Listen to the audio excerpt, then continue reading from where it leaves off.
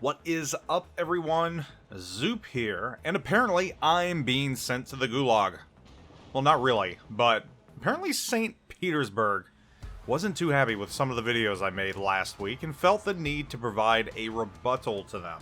Sub Octavian actually made a response to some of the main points that I had from last week and provided what he and Wargaming say are some of the bigger issues with my videos or the inaccuracies. Before I get to that though, quick shout out to Mito Uchu. I can't pronounce that, I'm sorry. And I hope I pronounced the first part of your gamer tag correctly, Mito. Or is it Mito? I don't know. But anyhow, thank you for the gameplay.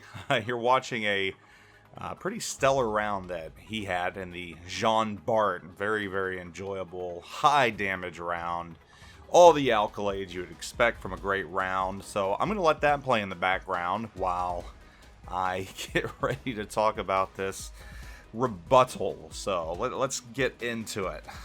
First and foremost, I am not in trouble. Wargaming isn't forcing me to make this video. I'm doing it completely voluntarily. Wink, wink. I don't have a gun to my head. No, just kidding. I don't. I really don't. In fact, the response was given to femininely to provide to me, as I guess St. Pete was a little mad and Fem thought it was best that she provide the response to me so that a direct response wouldn't make matters worse. I can appreciate that. Fem, as you may or may not know, stated she's leaving Wargaming and moving on to other opportunities. So, best of luck to her. Anyhow, the response Sub gave me was provided for me to do whatever I wanted to do with it.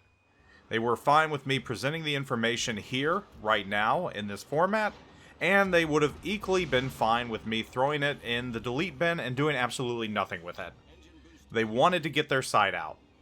I've known Sub for many years now, I've met him on numerous occasions, and out of respect to him, I'm more than willing to share what he has stated and what Wargaming feels are inaccuracies in the videos I produced regarding the numerous things that I talked about.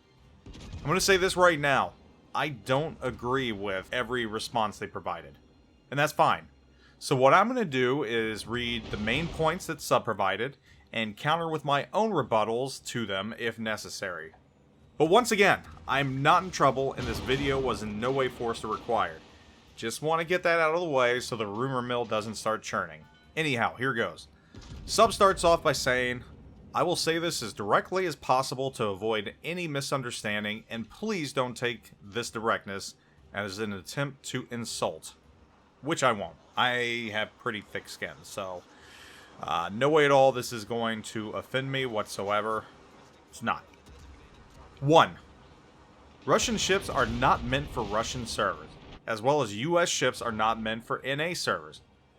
While there certainly are some marketing efforts involved from time to time, e.g., we try to release something for Russian for Valentine's Day, or something German for Gamescom, or something American for around the 4th of July, etc., etc., we treat our game nations as game nations. They are orcs, elves, and hobbits to us, not nation versus nation. And what's much more important, for the most players too, Russians happily research and play US or KM navies, as well as most of Americans play Russian ships, and so on. So, I don't disagree with this, and I don't think that many players will either. There are plenty of North American players that play IJN ships exclusively, along with ships of other nations. Players also like completion, and they'll play a tech tree line solely to have completed that line and every other line, even if they don't like the nation or the ships. Furthermore, I don't think I said the Russian ships were specifically for the Russian server. However, I did say that based on the player loss in Russia, it seemed that Russian ships were being produced to entice Russian players back. This was merely an opinion, or a hypothesis, and Wargaming wouldn't be the first company to do something like this. There's nothing wrong with that, it's completely understandable. I was merely pointing out that in the current situation, it seemed that it might be possible that Wargaming was producing Russian ships to win those players lost back to the game. 2. The Russian bias actually exists, but in 2 ways. A. People losing their mind over Russian ships and thinking that for some reason we're interested in making Russian ships best, or something, which is 100% bullshit, from any professional point of view. Also, it's a bit of a double standard because if you look at balance and game objectively, you'll see that in every nation there are ships that are controversial. However, right now the fashion is to look only at the problems with Russian ships. It's hot. We have Smolensk and Kremlin is in the nerfing process, right? So people conveniently forget about the controversy, all imbalanced, perceived or real, between the points in time Stalingrad, Russian battleships, Smolensk. Hello, Asashio, Belfast, Musashi, Missouri, Massachusetts, Conqueror. So many ships can be called controversial or polarizing. So many times the sky was falling. But hey, why do we even think about looking at game objectively? Russian bias is such a convenient topic to leverage on. So yeah, a little bit of snark and defense there, and I get that, and I'm sure a developer and employee is going to want to defend their game and the decision, so that's fine. This is an interesting rebuttal, though. So the other ships mentioned, Asashio has no counter for cruisers and most other destroyers. It preys on battleships and CVs and has no guns. Belfast I'll give you, but that was one Royal Navy cruiser ages ago. Musashi only has matchmaking going for it. In a Tier 7 battle, it wrecks face, but I don't know that anyone would call it OP, and it can be countered easily enough, especially with fire. Missouri's a slightly better Iowa. If a player sucks in the Iowa, they're going to suck in the Missouri still, most likely. Massachusetts, while it has great secondaries, she's good, but she still suffers in high tier rounds. It's not like an average player is going to go out and do phenomenal damage in her. And Conquer, I never thought was overpowered. Just a fire damage farming annoyance that most players aren't good at. So out of those ships, one truly OP ship in the Belfast. The reason why players bring up Russian bias is that there's so many in such a short amount of time. Smolensk, Kremlin, Stalingrad. Belfast was released solo. It wasn't followed up by two other powerful Royal Navy ships, or even one other powerful Royal Navy ship. So again, it's just a perception when you have so many good ships come out in such a short amount of time. B. We did a lot of Russian ships, and we'll do some more. Although looking at the 3-year ahead pre-plan, their numbers are diminishing. This is true. Russian naval reference materials, blueprints, and shipbuilding expertise are normally more accessible to our studio. So we're indeed biased to produce some Russian projects because it took us less time. What's more, some of the Russian designs, even being very, very theoretical, allow a lot of cool gameplay ideas, which again, is played by our audience worldwide. But don't worry, as the game evolves and ages and time goes by, there'll be more and more napkin designs in the game for other nations as well, because with all due respect to big navies like the USN, we can't expand the game properly introducing 150 Fletcher class destroyers or something. We will have to keep digging the projects and ideas, bringing them to the game. So yeah, I get it, there are a lot of Fletchers, but players still don't have the ones they want, mainly USS Johnston. You can do some of those ships and provide attributes to them, and I still believe players would rather have a historic ship that's a near clone as long as it's one they can connect with. Plus, it's not like there aren't any other ships outside of the Fletcher. There are tons of other classes we don't have yet. We still don't have a proper Alan Sumner class, which was instead used for the Yu Yang. That's fine if Russian ships offer cool gameplay ideas, but the worry there is that they'll be more gimmick than unique, and extreme radar ranges just are a no-go, for me at least. And I know a lot of players feel the same way. And yeah, we get it, I get it. You all are in Russia, you have easy access to plans for these ships. I can understand that. And the fact that you're pumping them out quickly is good. But again, it's the amount we've had in such a short amount of time and how powerful they are. I personally think it far eclipses any other nation. Moving on. 3. And the recent spate of strong Russian ships, and now the Russian cruiser split, which no one seems to like or want. I guess stealth radar isn't a good thing after all. That was actually my quote right there. And Sub replies and says, "Oh, come on. Somehow you already know what happens in 2 to 3 months of production testing. Just remember how it usually goes. Heck, they can lose the radar whatsoever and get some deep water oil reload booster or some stuff. The ships entering production testing are basically models that were assigned some starting stats. They don't represent the final product, and sometimes can be very different in the end. For example, Russian battleships or UK cruisers. Sorry, but our goal is to give people content to play with here, and we will test what we need to test. And that's fine. Valid point. However, many CCs and testers right now feel that in the past with ships like Smolensk and Stalingrad, concerns have gone unheeded.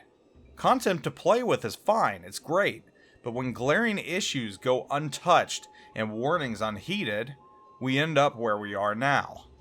So yeah, you can put them through testing, but when you have a ton of people saying you need to test those ships because there's something wrong with them, and they still make it into the game pretty much exactly as they were before, yeah, that's where we have problems.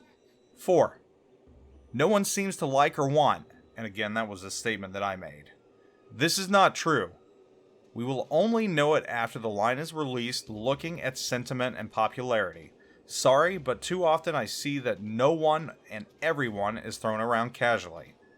So for me, this is confusing here. Do you not do surveys or canvass the community for what they want? Why would you only know after a line is released if players think it's popular? I guarantee you right now in North America, the players would love to see a USN battleship split. I wouldn't need to wait until after to know it's going to be popular. I just know it's going to be popular. Also, this is just merely a difference in language between different countries. No one and everyone are just popular phrases, and it's a lot easier to say than a fraction of the population believes, or 50% of the No, it's all or nothing. I wouldn't take too much stock in everyone or no one. That's just speech right there. And we move on to Sub's last point right here, number 5. And this, again, is my quote. Russia losing almost 40% of their average daily player base since 2015. Here's another deep analytics. Russia lost a lot of players in the first months after the game release because Russia is the country of World of Tanks. And guess what? World of Tank players went to check out a new wargaming game, but only those who liked it remained. I'm not even going to deep dive into this part and remind that across industry, people usually look at monthly, weekly, and daily active users, retention, and other metrics. Sure, CIS server is challenging for us in terms of audience. For many different factors, I'll give you that. And yeah, I brought this up. And I stated tanks is stronger in Russia because of the historical significance of tanks and the lack of historical significance of the Navy in World War II. I hypothesized that players in Russia just don't connect to World of Warships and the ships in the game. This last statement analysis is what kicked off my videos in the first place. This combined with the release of the Stalingrad and Smolensk along with Kremlin just seems suspicious in light of all this information. And furthermore, let's not forget we almost had Slava come out, which was about as broken can be. So we talk about Kremlin and Smolensk and Stalingrad like they're the only strong ships, the air quote, heavy air quote, Russian bias ships, but Slava was a thing for quite a while.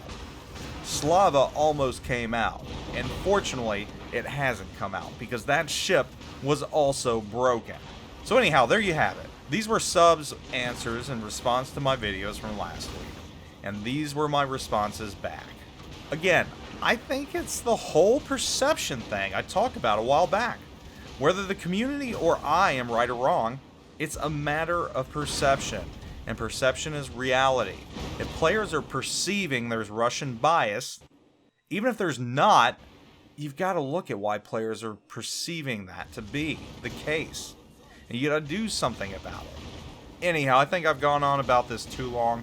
Once again, Sub, thank you for getting back to me. I do appreciate it. And again, I'm willing to get your opinions out there. I have no problem doing that, and I appreciate you providing me with your thoughts on a situation. And even though I don't agree with everything, again, the fact that you're willing to reach out to me or everyone else, that shows signs that you all do care. So that's a very important takeaway in general, and I'm happy to know that. So anyhow, everyone, thanks for watching. Hope you all are doing wonderful, and I'll catch you all later. Zoop out.